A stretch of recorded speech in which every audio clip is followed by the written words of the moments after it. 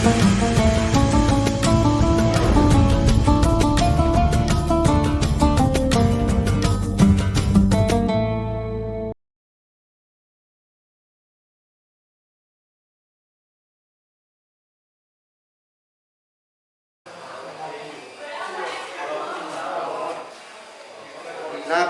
beserta para sahabatnya sungguh hebat ya, mampu membawa Islam zaman kejayaan, mulai dari bidang iptek, militer, maupun ekonomi.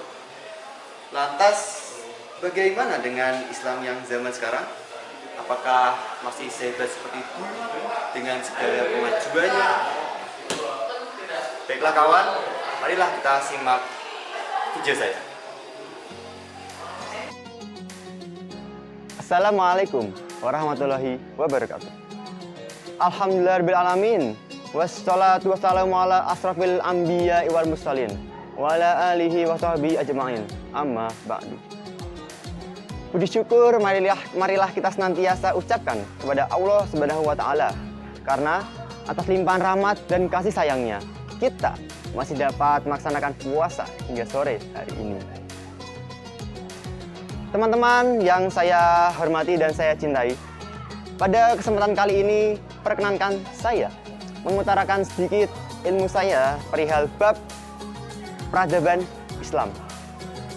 Pernahkah sekali-kali kita memikirkan tentang kontribusi Islam pada dunia kali ini, terutama di bidang iptek? Kalau kita membahas masa lalu, mungkin banyak sekali ilmuwan Islam yang terkenal, seperti Al-Khawarizmi, ahli matematika, astronomi, astrologi, dan geografi yang berasal dari Persia.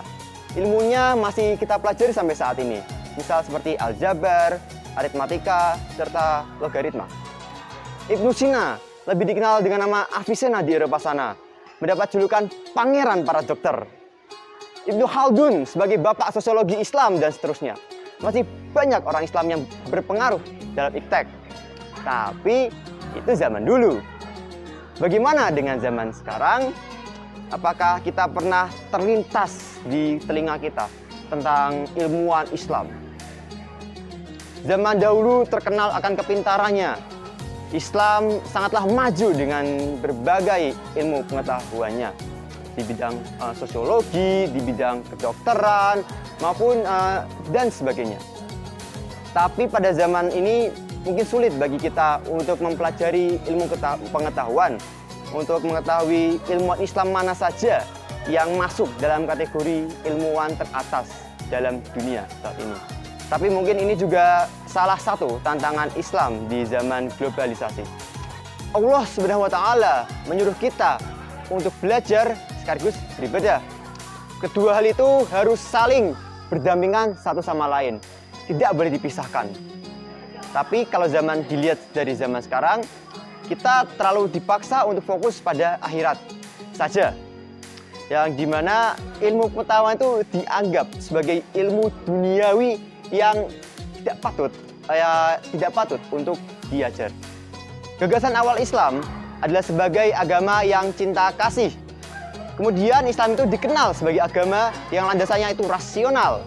Tapi entah mengapa umat Islam dihadapkan dengan suatu otokritik terhadap kemunduran agamanya. Mereka tidak introspeksi diri, tapi malah menyerang si pekritik tersebut. Tidak tercermin sikap rasional, malah jadi irasional. Islam dianggap tertinggal karena faktor-faktor tersebut. 1. Terlalu mendewakan agama sehingga melupakan ilmu-ilmu pengetahuan. Dan 2. Tidak terima akan kritik terhadap agamanya sendiri.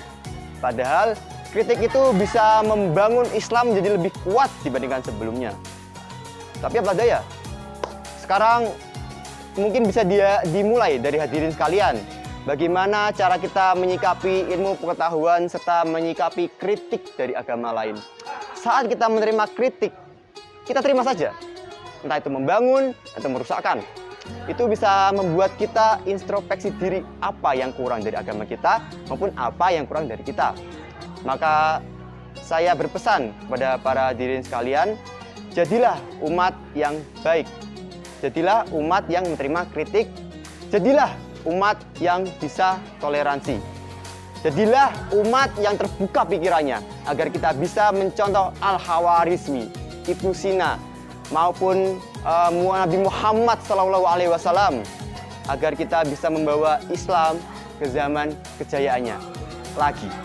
Jadi hadirin sekalian, semoga hadirin sekalian bisa menangkap apa yang menjadi maksud dari video saya, yaitu tentang bagaimana harus berpikiran luas dan harus tahu bahwa ilmu pengetahuan itu sama pentingnya dengan belajar ilmu agama. Yang kedua, kita harus bisa menerima kritik dari agama lain maupun dari umat lain, agar kita bisa tahu di mana kekurangan kita sebagai umat agama Islam. Mungkin sekian yang dapat saya sampaikan pada sore hari ini. Semoga apa yang saya sampaikan bisa masuk ke dalam telinga, ke dalam pikiran, dan dalam hati para pemirsa. Sekian, akhir kata, Assalamualaikum warahmatullahi wabarakatuh.